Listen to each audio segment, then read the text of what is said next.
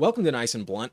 I'm Adam Riancho, and these are my quarterback, tight end, and defensive rankings for Week 12.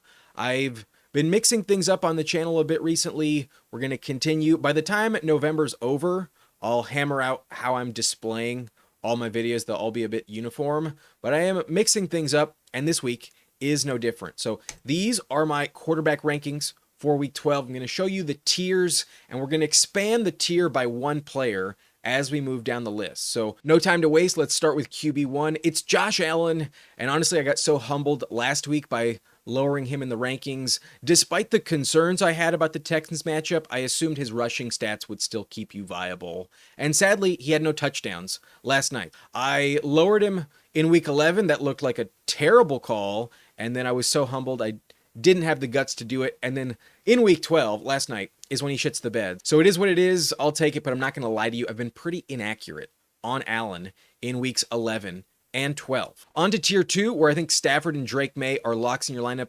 This week, there is no way I'm benching either player. With Stafford, he's the leading MVP candidate. I would assume after this week, he still maintains that pole position. And his last interception was in week 2. He feels like a lock for at least 2+ touchdowns. One is always going to Adams. Another one probably goes to Puka. And against Baker and the Buccaneers, who just let Allen have 6 total touchdowns, I would expect the Rams offense to play lights out. So definitely starting Stafford in prime time. That game's likely a shootout.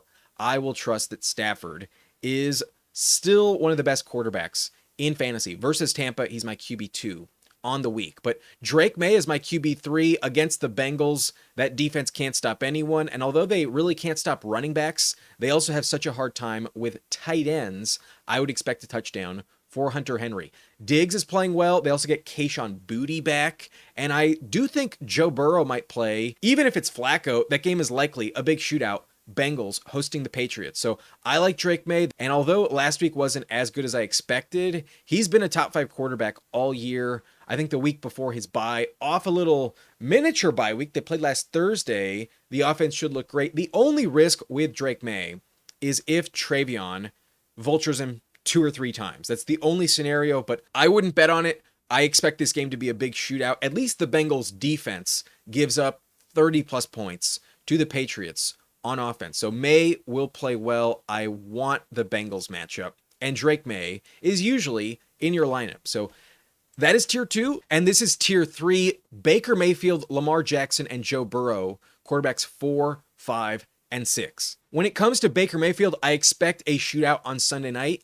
And although there's an illness going around in Tampa, I expect everyone to play, and I trust that Baker will light it up at SoFi. The Rams defense played well, but that game was in division last week, and I don't expect 4 interceptions from Mayfield like Darnold threw in week 11. So Mayfield should put up good numbers. I expect a back and forth game. He doesn't have Bucky Irving, and I think that would really help contribute in the passing game, but they are getting back Chris Godwin in this one, and I just trust Baker Mayfield. He was also an MVP candidate for a while, and although they're starting to lose, I know he'll put up a good fight against Stafford. I think his defense is why they lose. He will keep up with the Rams. He's not going to shit the bed like Darnold without a touchdown pass and 4 picks. So Mayfield, I trust. The running game for Tampa, I don't think will be as effective as last week, and I trust that Baker will keep this game close. He will light it up at QB4 this week. I think he's a very safe, high-end upside start. Lamar Jackson, if it wasn't against the Jets, I'd be a bit more concerned about.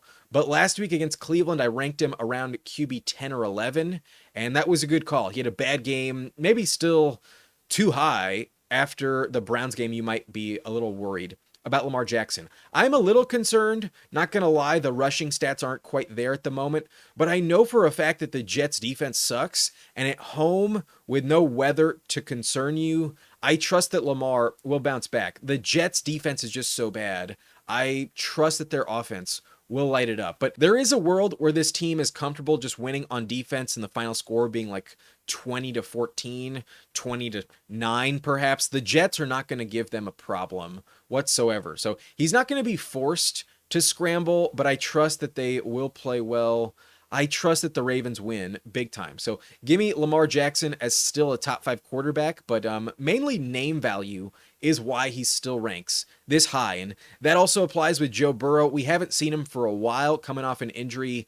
I don't know how rusty he will be. He also does not have Jamar Chase, but their season is on the line. He was full in practice, and as long as he is going to play, if I've been waiting this long, I would start Joe Burrow. He's my QB6, so if you have Drake May, Baker Mayfield, or Stafford, who you probably drafted behind Burrow, then I would bench Burrow for those guys. But otherwise, I think he's going to have amazing upside. I don't think that offense is going to miss a beat. I know they don't have Jamar, but I don't really fear the Patriots defense that much. Like, other than Christian Gonzalez, they're just getting some turnovers, and I don't expect multiple of them from Burrow against the Patriots. So I see a high-scoring game. As long as he's active, I think there will be a lot of upside, and they're not going to run the ball very much. The Patriots' run defense is great, and Chase Brown will do all of his damage in the passing game. So Yoshivas, I think, can step up enough. Noah Fant, I also think, contributes. And T. Higgins won't get completely shut down by Christian Gonzalez. Against New England, they will play well as long as Burrow's active. He's my quarterback 6. I think he's in the third tier at the position. I don't find that many other names more appealing for upside than Joe Burrow. He should give you at least 20 plus.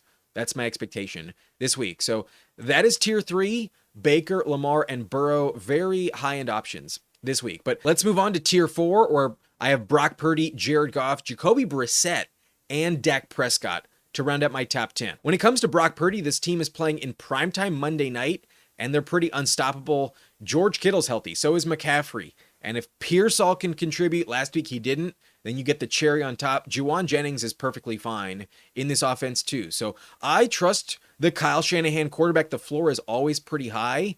And although the Panthers defense on occasion steps up, I really don't want to bet against this Niners offense. So they don't really run the ball too well. McCaffrey does so much damage in the passing game. I trust that Purdy's stats are going to get padded with a ton of yak. As the game goes on, the floor for Purdy is pretty much 250 and 2 touchdowns minimum every week. Maybe there's an interception here. The Carolina secondary is a little scary, but overall, I trust Purdy in this offense to probably hang at least 30 points. I picked them to win and cover, and I trust that this offense lights it up. I like Purdy in this game. I think after dropping 40 points last week, that offense looks really dynamic, and I don't want to bet against them. So let's keep him in the lineup. I also see a lot of upside for Jared Goff this week.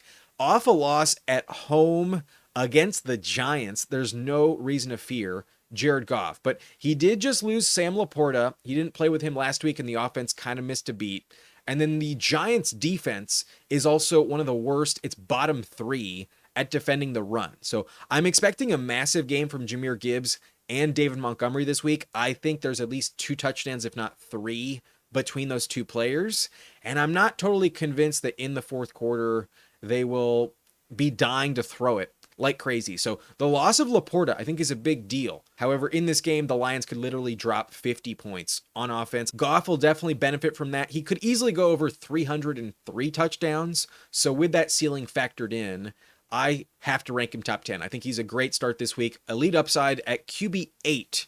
I would start him above Brissett and Dak Prescott. But I really like Brissett. I know he's still kind of available on the waiver wire, but I did mention on the waiver video earlier this week, he's my most coveted quarterback on the wire. And if you've been paying attention to his game log, boy, he's playing really well. A minimum of 19 points in the last 5 weeks in the Blunt League scoring. The Blunt League scoring might be different than yours, but not by a lot. He's offering a shit ton of yards, very safe production, and although he didn't have Marvin Harrison last week, it didn't affect him. He has 5 straight games with 2 touchdowns and a minimum of 258 passing yards per game. Only 3 interceptions in the last 5 games, 11 total touchdowns. He's had a very safe floor, and like I said in the Blunt League, a minimum of 19.5 points per game, another 2 with just shy of 25, and then last week with 450 yards, he really showcased his upside. And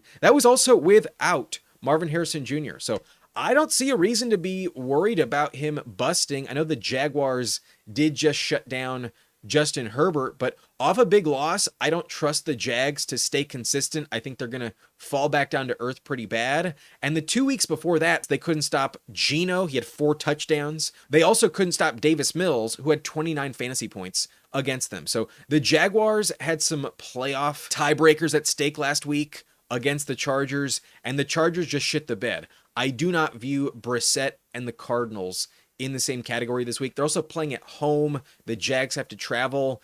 He's so effective in the passing game. I trust the floor. I consider Brissett pretty bust-proof. And going forward, there are some weird matchups for quarterbacks we usually trust. So I like Brissett. I think his upside is just as elite as Goff and Purdy this week. In the same tier, I think he's a top 10 play. I really trust Brissett. In my opinion, he is quarterback 9 this week. So I would start him off the wire. I think he's very valuable. However, Dak Prescott also lands in my top 10. The thing with Dak is on occasion he gets vultured by Javonte and doesn't play well. Just look back to week 1. That's what happened. He had less than 10 fantasy points when Javonte had 2 touchdowns against Philadelphia. And if you've been watching Philadelphia, their defense looks insanely effective.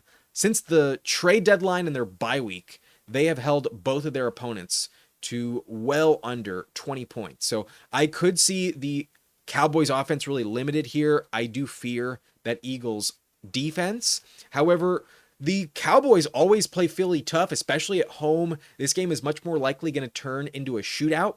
However, there's a lot of variance. It's pretty boom bust with Dak this week. I think you either get less than 10 or more than 20. And because of that risk factoring in, I do only have him at number 10. Similar to Goff and Purdy, I would still probably expect about 250 and 2 touchdowns. But I think the upside and floor are both higher for Purdy, Goff, and Brissett in the same tier. So all 4 of them I think are really valuable. Purdy with elite upside in primetime, Goff in such a good matchup, and then Brissett was just so elite last week and has been so safe lately. I trust him a lot. The Eagles defense is the only reason why I have Dak Prescott at the bottom of this tier. We do move from left to right in order of preference. So those are the top 10. Those are the quarterbacks I would be starting this week. Assuming Burrow is playing, of course, that is a contingent aspect of the rank on Burrow. But let's move on to tier 5, where I think these are more so streaming options, lower end QB1s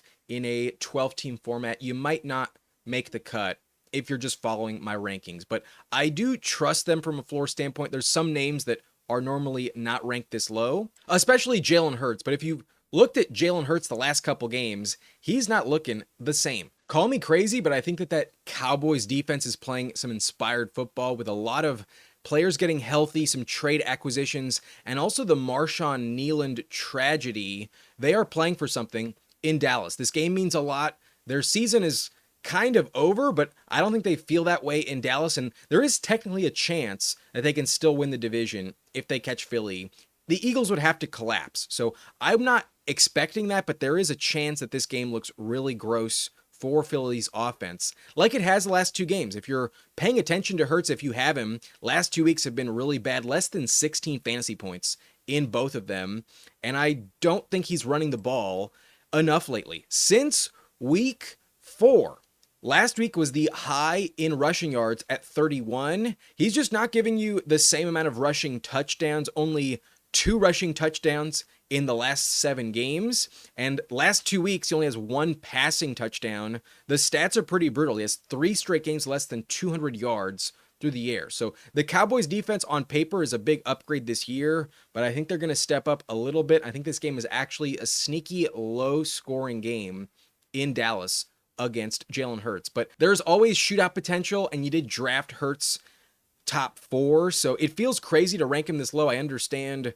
benching him against guys like Brissett, Goff, and Purdy, but I just don't really trust him this week. I think the floor is kind of low, and the ceiling I think is a bit unreliable to bet on. The Cowboys game I think will kind of shock you. I don't think it's going to end 35-33. So Hurts I think is just QB 11 this week. Not my favorite option.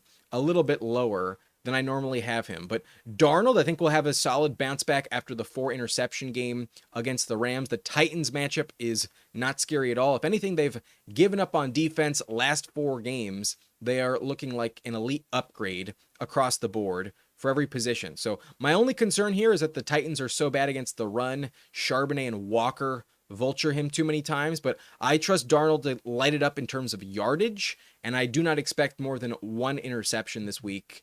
Definitely not 4 like he threw against the Rams. So good bounce back. The Seahawks offense should dominate. I'm expecting them to win by blowout, and Darnold should have at least 250 and 2 touchdowns as well. But just some slight concern that his running backs steal the show. Patrick Mahomes comes in at number 13 in the rankings, and I have Daniel Jones right behind him. It's because I'm a bit worried about this game not turning into an absolute shootout. The Chiefs' offense is just not the same as it once was, and similar to Jalen Hurts, last couple games for Mahomes aren't quite there in terms of fantasy points. But this matchup is not as difficult as Denver is. The Bills also know the Chiefs very well, so the Bills' defensive performance was a bit of an outlier against him. The Colts are not as familiar, but the Colts have some legit pieces on defense now. The addition of Sauce Gardner is important, but don't forget about Charvarius Ward, the corner they already had that was on IR. He practiced in full this week, and I expect him to play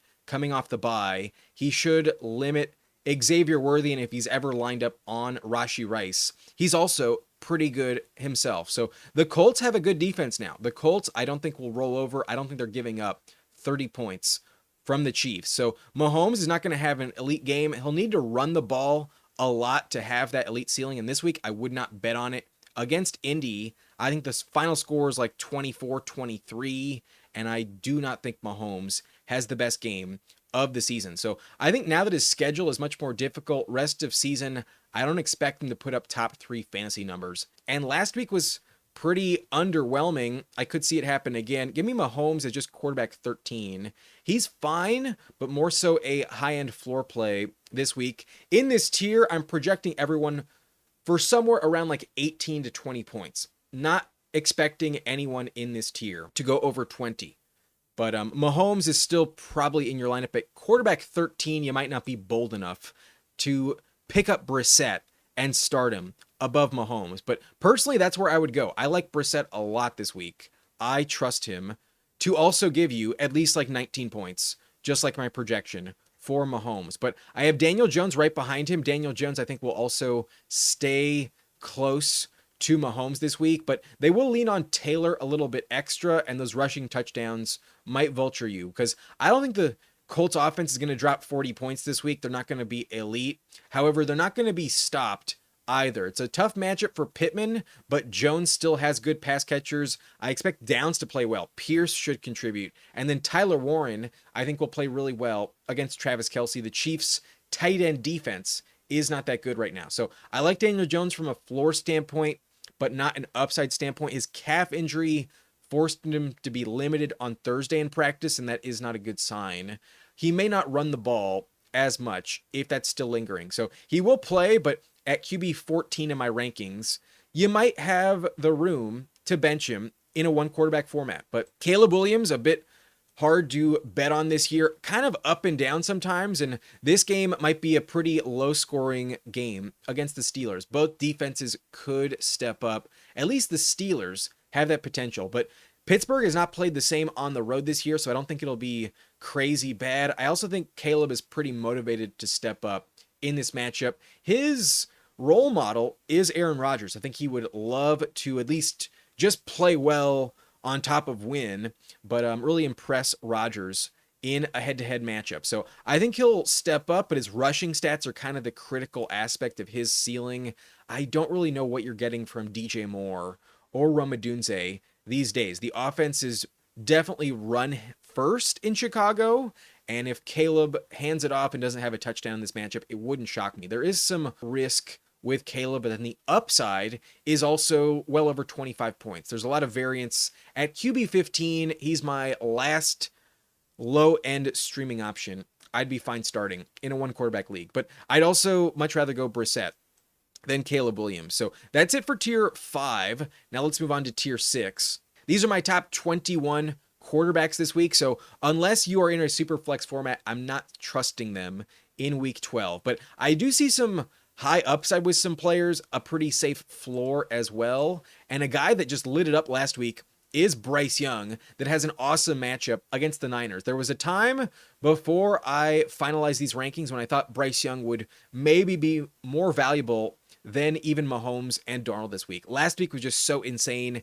He had 448 passing yards against the Falcons. That game did go into overtime, but last week the Niners gave up 452 to Jacoby Brissett. So the Niners defense is bad. This game is also the only primetime matchup of the year for the Panthers. They are not on the national broadcast except for this game. So I think it means something to them. I think after last week, you can trust Tet McMillan a lot more. There is a potential breakout looming in this offense. So they're better than people give them credit for. And I do love this matchup. The Niners can't stop anyone. They let Brissett just throw all over them last week. So in primetime, maybe the Niners defense steps up, but I don't expect many turnovers from Bryce. And if he starts to run the ball again, then the floor would be higher, but that has kind of evaporated from him this year. It's not quite there anywhere near as much. So not a safe play by any stretch, but I do think he'll give you at least 16 to 18 points. I think he is kind of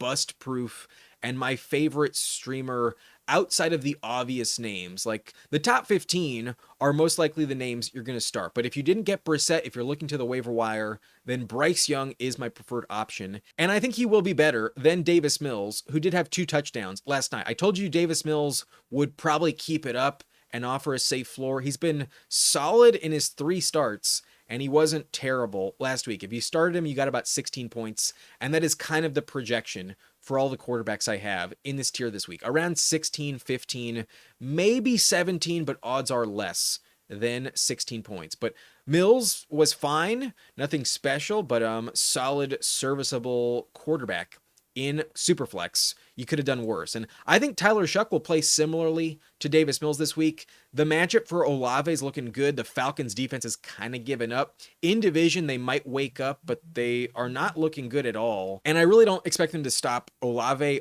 or Juwan Johnson. I think Shough will throw at least 1, if not multiple touchdowns. And he looked pretty serviceable last time we saw him against the Panthers. So another division game, might be low scoring, but based on the matchup stats we broke down earlier in the week, Shough gets an upgrade against the Falcons. And that defense is just not scary anymore. So I like Shough. He will not burn you. You'll get somewhere around 15, 16 points. He is my quarterback 18 in week 12, but my QB 19 has some rushing upside that could offer a great ceiling. Against Arizona, they didn't stop the Niners last week, but their defense on the season has been a bottom 10 matchup. So Lawrence doesn't inspire much confidence in me. If he isn't running the ball, and he never has a massive spike week, and he honestly isn't that safe from a floor standpoint either. So without his top pass catchers, I don't fully trust him. There's still a chance that Brian Thomas Jr. plays, but at the moment, until I know that for a fact, I'm just not going to upgrade him any higher than QB 19. So low end floor, very limited upside, and in general, I just don't trust this passing game too much. So I think they lean on the run. I think Etienne and Tootin will vulture him, but there's always a scenario I'm wrong. But even last week against the Chargers, when the team scored 5 touchdowns, he only had 1 passing touchdown. He had 1 rushing touchdown and maxed out at 16 points. So I just don't see that much better of an outcome. There are a couple games this year where he's gone over 20 points, but otherwise it's really hard for Lawrence to crack 18. Multiple less than 10 pointers. Lawrence is not safe. So not a quarterback I'm trusting, but the matchup doesn't scare me enough to rank him outside the top 20. But at quarterback 20, I have Jordan Love against the Vikings, and I'm worried about this offense, especially if Jacobs doesn't play. But it looks like Jacobs was limited in practice, and Love does have some upside. However, I just don't trust him. They've always been underwhelming. This year, I don't think Love has earned your trust. So I'm not dying to start him. I think he's just a low-end option. And I think next week against the Lions, it'll be more enticing, but against the Vikings in division, I expect a pretty defensive heavy game, and the Vikings defense can stop you. Until Jaden Reed returns, I don't see elite upside from Jordan Love. Limited passing volume, especially in the red zone. It's rare he goes over 2 touchdowns. So good luck with Love. I think he's just a low-end option. No thanks this week. I'd rather pass. And then Aaron Rodgers could play well. He does own the Bears still technically, but given his wrist injury and the lack of upside in that offense all season, I wouldn't bet on it. There's the narrative, but otherwise there's really no compelling argument you can make to trust Pittsburgh on offense. So he never goes over 250 passing. I'm expecting a pretty big defensive game on both sides. Not many points here. I'm trusting the Bears defense. Although that sounds pretty gross, they've been bad this year. Rodgers in Pittsburgh is not a safe play.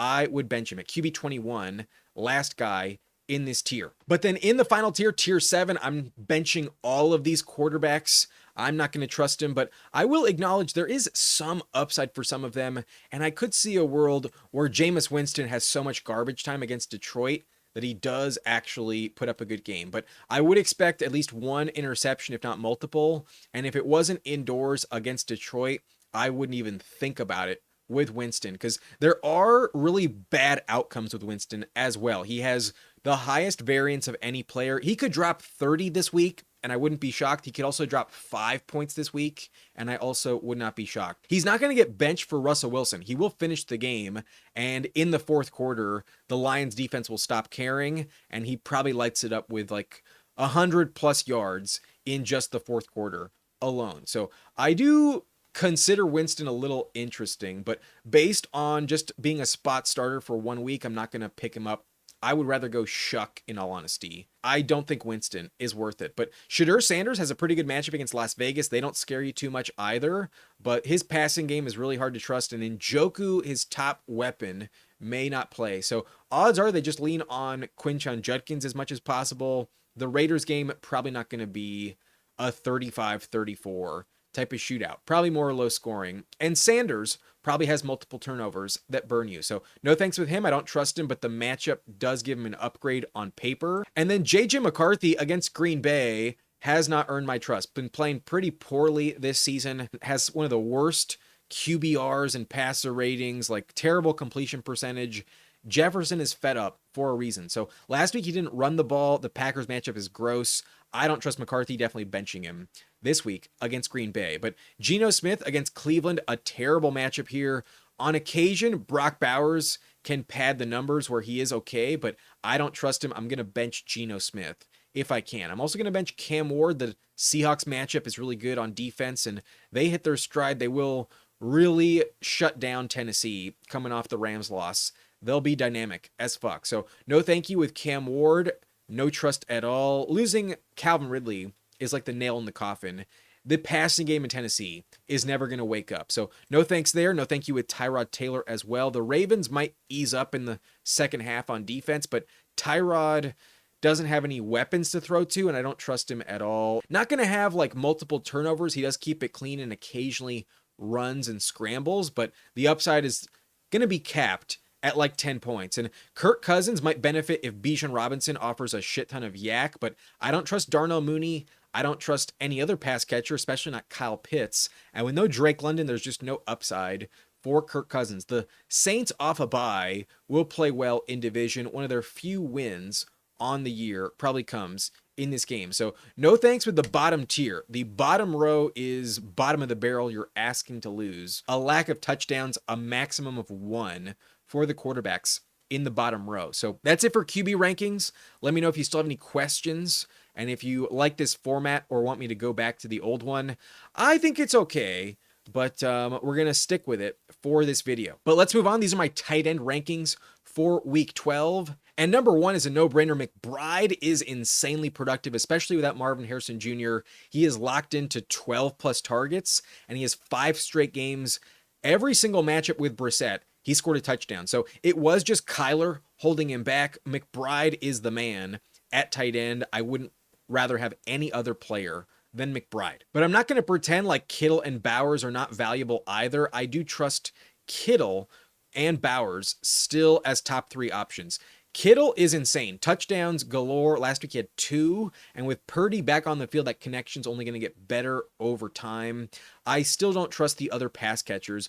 Other than CMC, Kittle is the main target in San Francisco. So he's just so safe against the Panthers. That game should be good. It's a solid matchup for him, and I do have him ranked above Bowers, who gets Cleveland, a much tougher matchup than Kittle gets. So Bowers still elite, can still drop 3 touchdowns any week and well over 100 yards. He's still in this top 3 tier, but this week I'd rather have Kittle than Bowers straight up. But the top 3 are pretty obvious. Let's move on to tier number 3, where we have tight ends 4 through 6, Tyler Warren, Travis Kelce, and Mark Andrews. When it comes to Tyler Warren, I just can't rank him any higher, but I could argue he's in the same tier as guys like Kittle and Bowers. He has earned your trust for sure. He's a pretty bust-proof option, and then the Chiefs recently have gotten a little easier in this department, so the matchup isn't as scary as it once was. But I think he'll go toe-to-toe with Kelce. I think he'll play pretty well, and I do have Kelce at number 5, right behind him. Kelce is still pretty safe,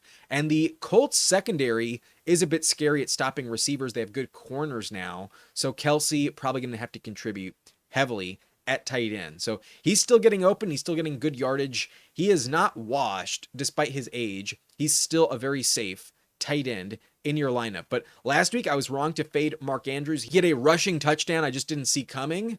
But against the Jets, it's not a matchup I would fear. And I think he earned the respect to stay a clear start in your lineup. I just can't fade him with some options on bye. I can't think of 6 other names I would rather have at tight end than Mark Andrews. The consistency is just still something to bet on.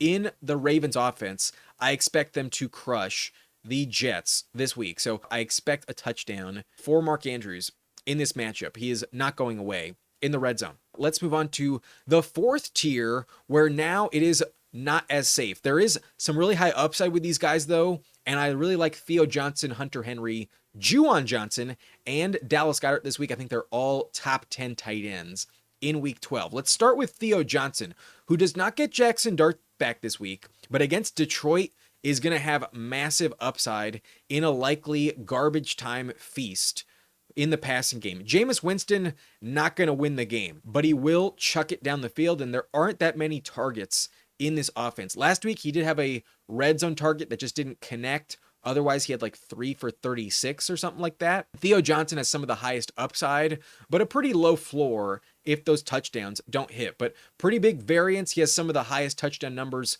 of any tight end this year. And against Detroit, he's one of the few bets I would make to expect to find the end zone. So at the very least, garbage time will pad the stats. I'm expecting a lot of volume, at least like 7 targets for Theo Johnson against the Lions in garbage time. He'll probably pay off. But Hunter Henry gets the best matchup of them all this week for the tight end position. The Bengals cannot stop anyone. They've allowed 12 plus touchdowns to the position this year. So a touchdown for a tight end is pretty much guaranteed. However, Austin Hooper was in the concussion protocol, but was cleared on Friday to play. So that's the only red flag here. Sometimes Hooper really poses a problem and does vulture you, but Hunter Henry gets a huge upgrade against Cincinnati. I would trust him a decent amount. I'm expecting Hunter Henry to find pay dirt. So that's one of the reasons I'm upgrading Drake Maye. This Bengals matchup is just the best you can find. And let's stick with it as an obvious must-start matchup. Again, at tight end, Hunter Henry, a massive upgrade, a top 10 play this week at the Bengals. But Juwan Johnson, I think, is going to be a top 10 play every single week going forward. Since the Rashid Shaheed trade, his role in this offense is so secure. It started off this season being really good in September. Then he started to fade as he got a bit banged up. And off the bye, I know he's going to be fully healthy. He'll be good to go. The Falcons matchup started off tough, but has been getting easier lately.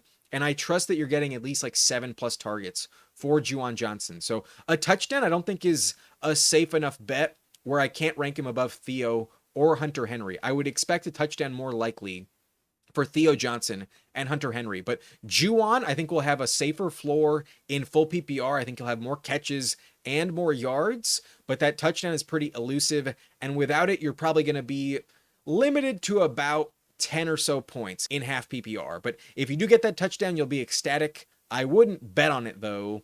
In New Orleans, they're kind of rare in the first place. So Juwan, a bust-proof floor play, and will be a safe top 12 tight end in the rankings rest of season in New Orleans. That offense is pretty consolidated to just Olave, Juwan Johnson, and then on occasion, Alvin Kamara. Everybody else is pretty irrelevant in the target share. Juwan Johnson is very safe. But Dallas Goedert against Dallas, he's been so up and down on the course of the year. There's one game where you really expect him to play well and he just burns you, and then one game where you write him off and he lights it up like crazy. So I would still consider him in the high-end start territory, in the top 10 for sure. But the variance is hard to trust, and I think there's a touchdown more guaranteed for Theo and Hunter Henry in their respective matchups. Meanwhile, Juwan Johnson, I feel a little more confident projecting high-end target share. So I think Goddard is still worth a start, but at the bottom of this tier against Dallas, I think this game is a bit more low scoring than people think,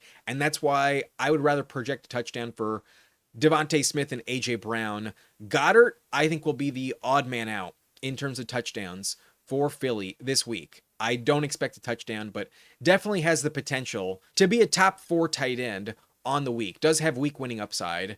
Not going to pretend he's not high caliber in terms of value, but at number 10, I think there are safer bets with other tight ends like Juwan, Theo, and Hunter Henry. Let's go with them above Goddard this week. But in tier 5, we have Jake Ferguson, Cade Otton, Noah Fant, Harold Fannin, and AJ Barner. And these tight ends rank outside the top 10, but are still good streaming options, in my opinion. Jake Ferguson is tempting to rank higher. I wanted to put him higher, but the matchup against Philly is pretty bad. It ranks bottom 3 this year.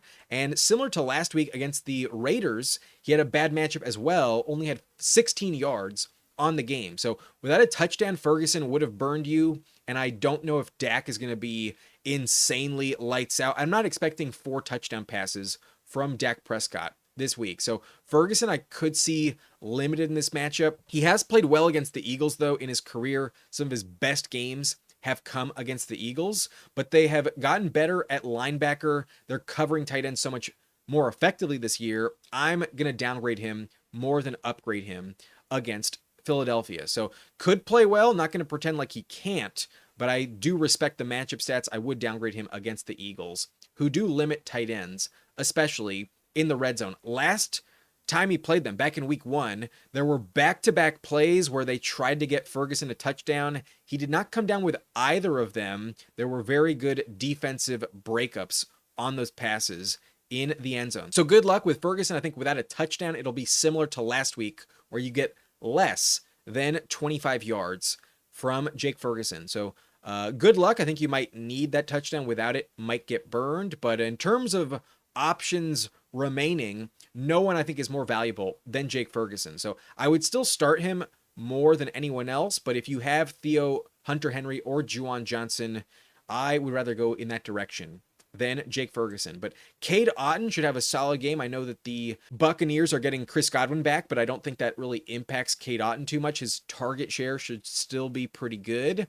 And the Rams aren't like the scariest matchup. I think this game is more likely a shootout. So Otton has been one of the more consistent, reliable targets for Baker this year. And recently, when the matchup isn't terrible, he is giving up good yardage. So I think Otton will have a solid floor for at least like 6-7 points this week. And I do consider him a higher end flex option with upside. If you tell me he finds the end zone, I wouldn't be that surprised with Cade Otton this week. So good luck. Baker can always put up good numbers, but Cade Otton has not really scored many touchdowns this season. That's why I'm not going to rank him top 10. I wouldn't project it, but even without it, I think you still get a safe 7-point floor from Cade Otton in this game. Noah Fant against the Patriots doesn't have the best matchup, but it's not a bad one. And with no Jamar Chase, we know that the target share will increase. So last year, Mike Gesicki really stepped up when they were missing T. Higgins,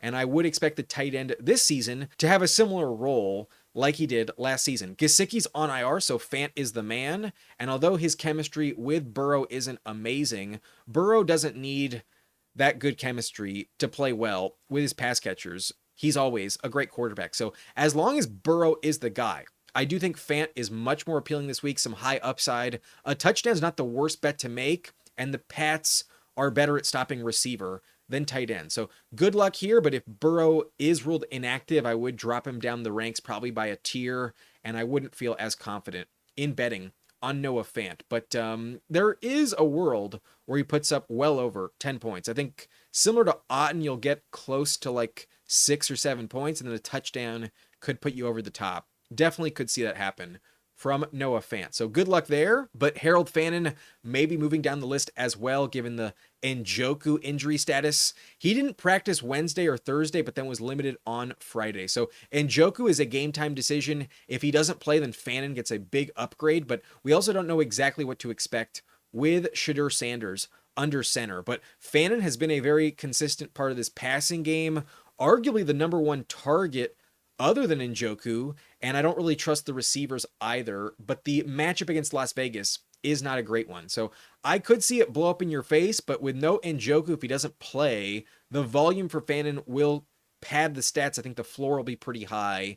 Indoors against Las Vegas, Fannin should get at least 5-6 plus targets against Las Vegas. Assuming Njoku doesn't play, I think he's a top 15 tight end, a solid streaming option in week 12. But if Njoku is deemed active, I will be dropping down Fannin down the list, at least one full tier in these rankings. But AJ Barner is a name that I just cannot ignore. He's getting so much volume consistently and also offering some good touchdown production. I think this game is a blowout over the Titans, and there will be at least 5 touchdowns to go around for the Seahawks offense. So 3 of them might go to running backs. 1 probably goes to JSN. Will that 5th one go to receiver? If it doesn't, I think it would go to AJ Barner. So he's been heavily involved, especially in the red zone. They also use him on the tush push, and I think he's earned some trust and value in the rankings. I think he is a top 15 play this week against the Titans. The Titans just don't scare me at all. The Seahawks offense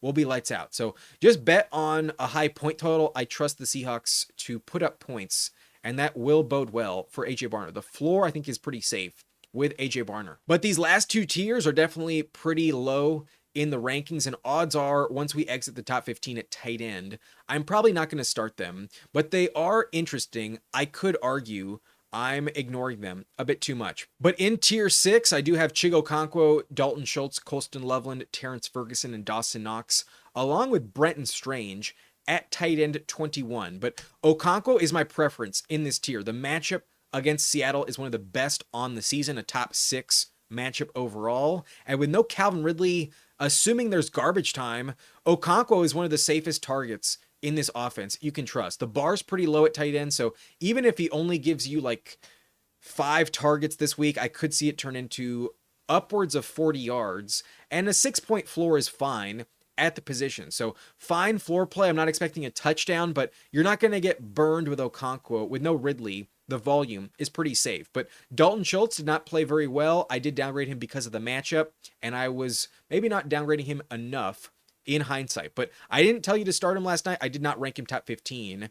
I had him at 17, and he did not play well. So pretty good call to fade him, but Loveland is not that safe. Colston Loveland did have less targets than Cole Kmet last week. So it's a bit up for grabs in Chicago, but I think they still want Loveland to claim the job. And the rookie first round pick, I think, is still an interesting bet in fantasy. So I still am tempted to roster him, but I understand dropping him.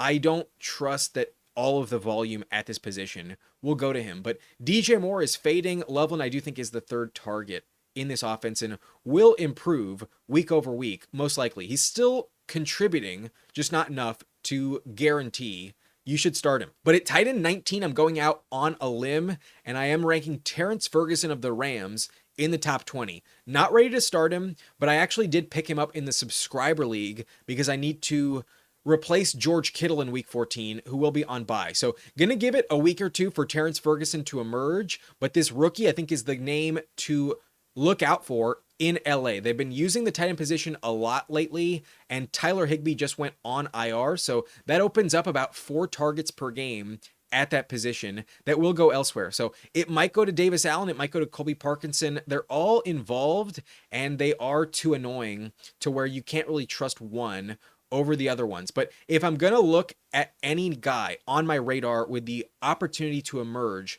as the season goes on, it would be Terrance Ferguson. If you told me that Ferguson is the 3rd target in LA, that would be a top 10 tight end, in my opinion. The upside is phenomenally high for this rookie second round pick, but it's only going to take time. I don't know if it happens this year, but at the moment he is on my radar and in my top 20. The upside is pretty legit. If he is Stafford's top tight end in LA, that offense has value because they don't have a third receiver. It's Puka, Adams, and just about no one else.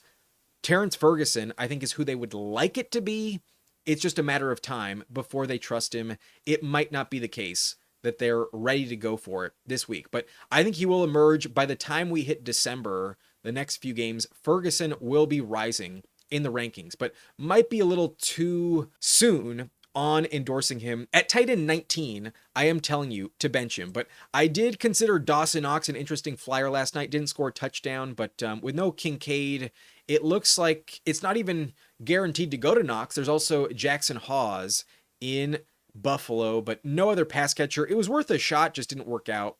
Josh Allen kind of played like shit on Thursday night. So that one I'll be moving off of. I'm not going to rank Knox this high rest of the way. I don't think you can trust him, but worth at least paying attention to, on my radar for sure. But Brenton Strange definitely on my radar this week. If he does play, I'm not so sure, but against Arizona, it's a good matchup, and there is an opportunity in this offense because Brian Thomas Jr. not fully healthy.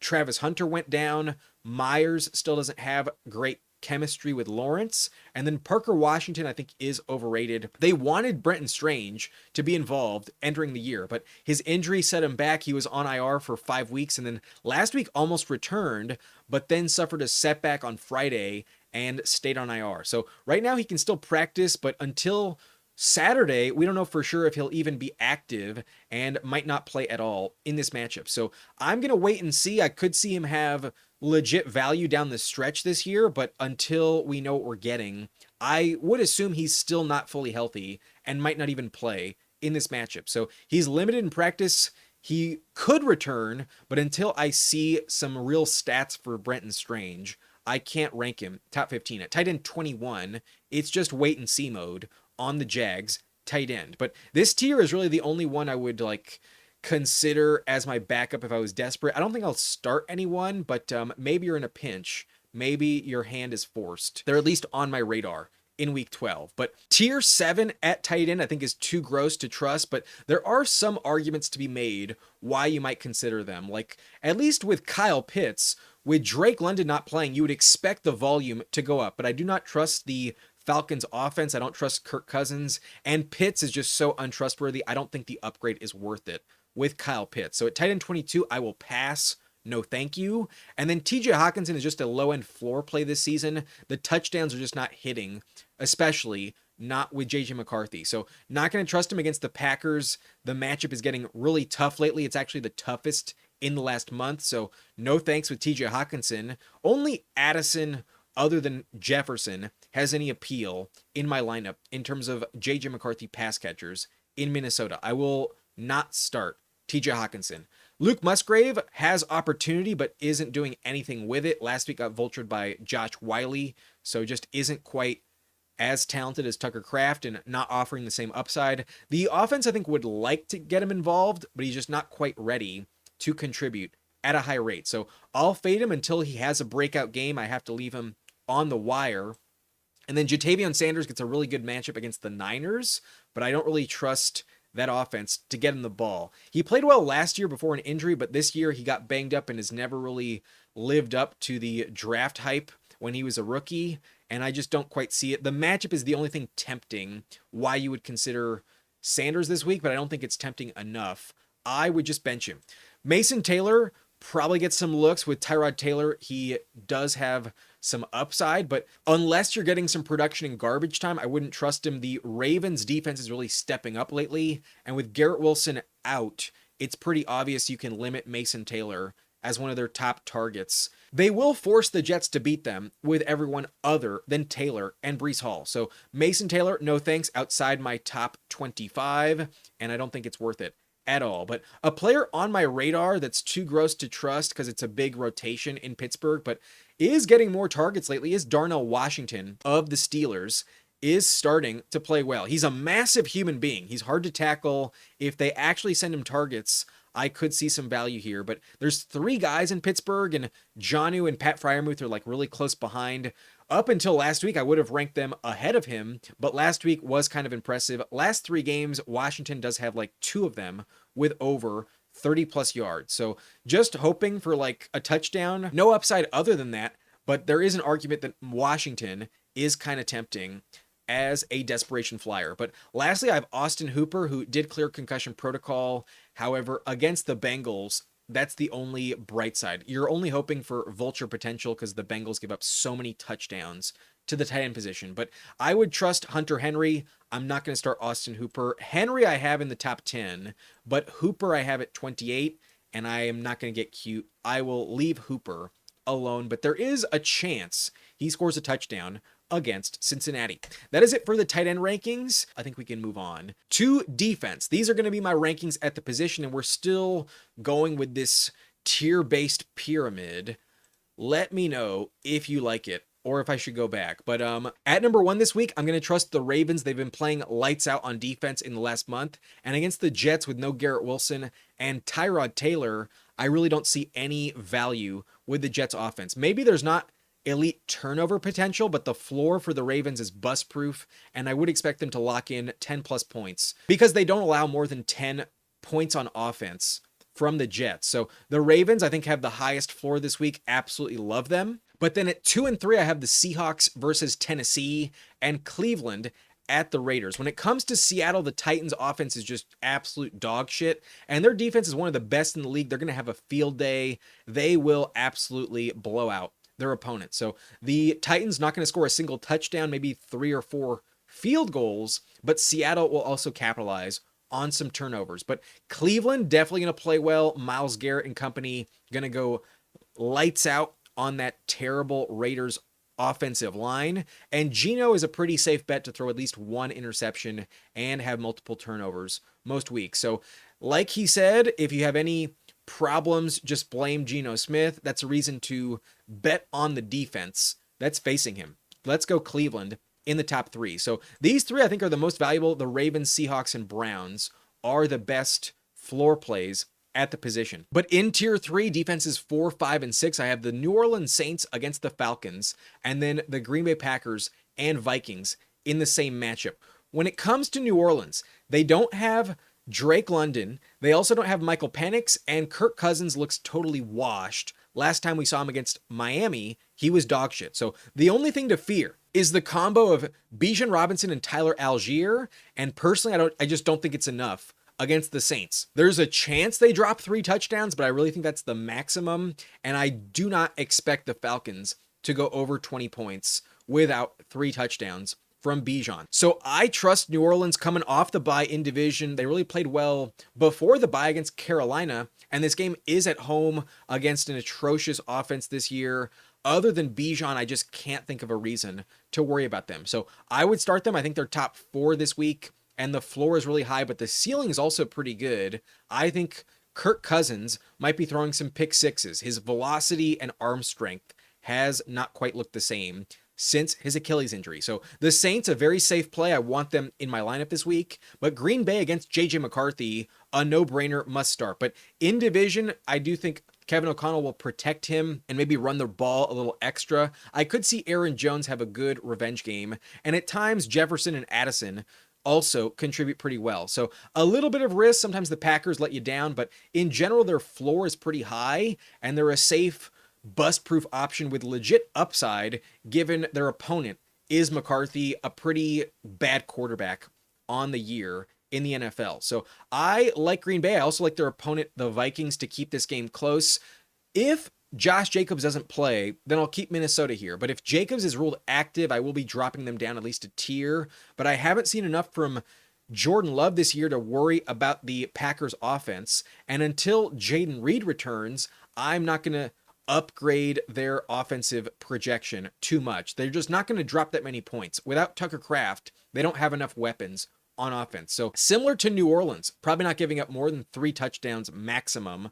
I kind of view the Vikings defense in the same boat. The Packers offense is really unlikely to score more than 3 touchdowns if Jacobs is inactive. So I'll keep them here at number 6, but tomorrow, based on Jacobs' health status, I may be changing my tune and lowering Minnesota a little bit. But the Packers offense is just not good enough this year to really worry about them. In division, I think the Vikings defense plays pretty well. Similar to that Bears game, they'll probably hold Green Bay to less than 20 points. But in tier 4, I have Chicago and Pittsburgh, Atlanta and Detroit. And when it comes to the Bears-Steelers game, that game's going to be really low scoring. I don't trust much offense in that matchup. Chicago's defense is not good, though. So it's really just betting against Aaron Rodgers and the Steelers' mediocre offense. The Steelers almost never score more than like 2 touchdowns on offense, and I just don't see them putting up that many points on the road. So I think Chicago is fine. Last week they held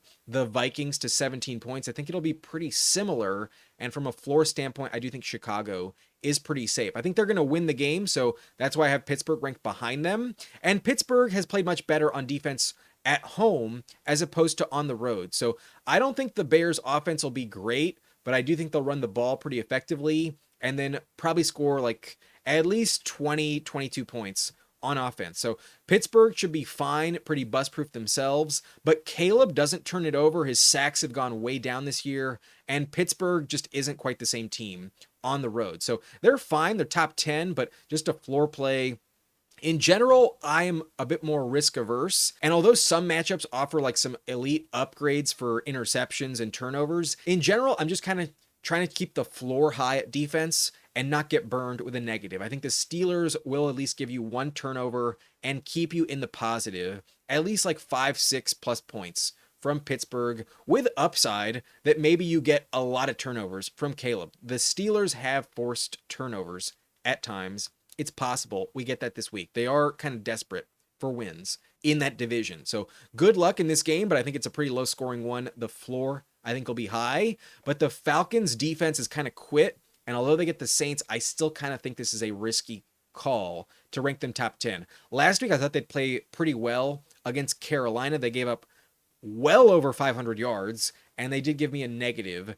Overtime did play a factor, though. So against the Saints, I think this is a low-scoring game, but the Saints offense probably does get the job done, and the Falcons might get some turnovers. If it wasn't against Tyler Shough, then I wouldn't trust them as much. But the Saints offense is always one we want in terms of defensive matchups. So I'll rank them top 10, but I could see this burning you.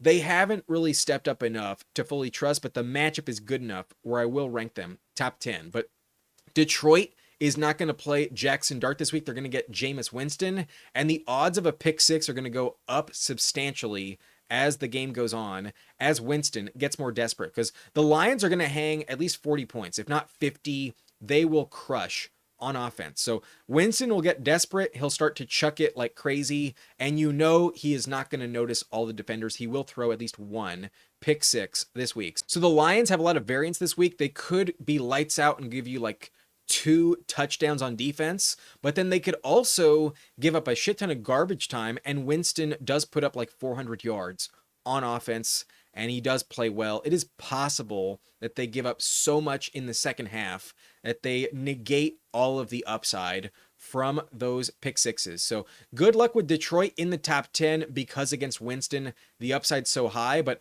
the Lions aren't that exciting to start, and they could kind of shit the bed. I could see a world where they still give up like 30 points on offense and still cover the spread. Final score like 45-30. There's a chance that the Giants do light it up on offense. So that's why I'm not going to go overboard in my rank, but in the top 10, I am telling you to start Detroit. And then this next tier is really tricky. I'm kind of just respecting some talent on defense and kind of betting on some low scoring games. In this tier, we have the Cowboys, the Eagles, the Texans, the Bills, and the Rams.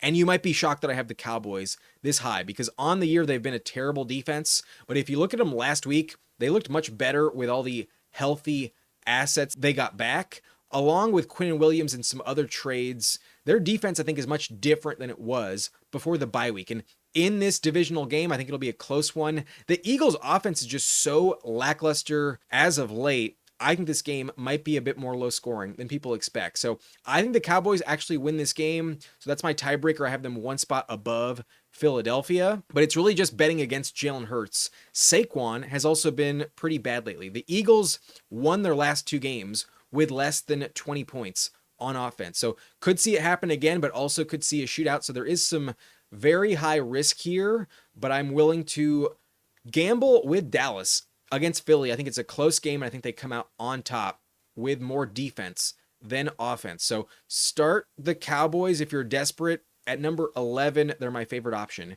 in this tier. But Philadelphia against Dallas, a bad matchup against the Cowboys. Their defense is looking great, and that's where I think the Cowboys might step up equally on defense. So pretty close proposition between the two. I think it's a close game, and there is some shootout potential, but the Cowboys offense is more scary than Phillies right now. That's why I think the Eagles defense is lower ranked on the list. But I could see both of them also score on defense. I also see a little bit of upside with turnover potential with those defenses. But last night, I did have Houston ranked in the top 13, and they did play pretty well. I didn't expect 9 sacks and that type of performance against Josh Allen. So I knew they were talented. I knew they were good, but I didn't have them ranked high enough. They did outperform my expectation last night, but the Bills were also somewhat solid, not great, but not atrocious. I thought that game would be close. And at least in the Blunt League, they did drop 8 points. That was pretty solid. So the floor in this tier, I think, is higher than you might give it credit for,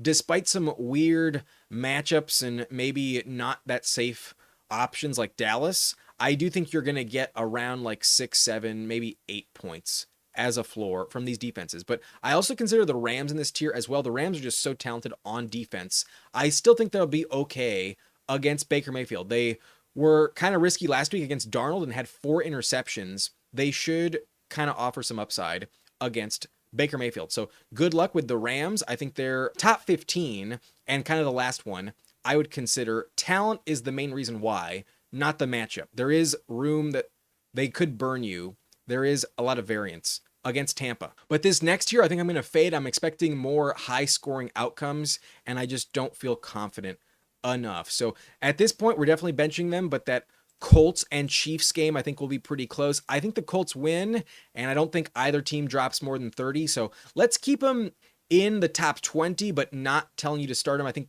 the Colts and Chiefs game is kind of tricky to predict, and I'm not expecting a ton of turnovers. I think there could be a lot of punts in this game, but the Colts defense, I think, will be coming out on top over Kansas City. I don't think they can stop Jonathan Taylor. So let's fade them outside the top 15. I think I'm going to bench them. And then New England is tempting. Their defense has played well this year, but against Joe Burrow and the Bengals, that offense can definitely turn it into a shootout. So no chance I'm going to start New England, but I could see a turnover turning into a touchdown. There's upside, but no floor against Joe Burrow. And then Las Vegas gets a juicy matchup against Cleveland, but their defense sucks. And although Shedeur Sanders is very tempting, starting Las Vegas feels too gross. The Browns defense, I think, is the play in this matchup. I'm not going to trust Las Vegas. But against Shedeur, there's definitely also pick 6 potential. They could be as valuable as a defense like Detroit because of the upside with the opposing quarterback. But Niners versus Carolina, their defense sucks this year. And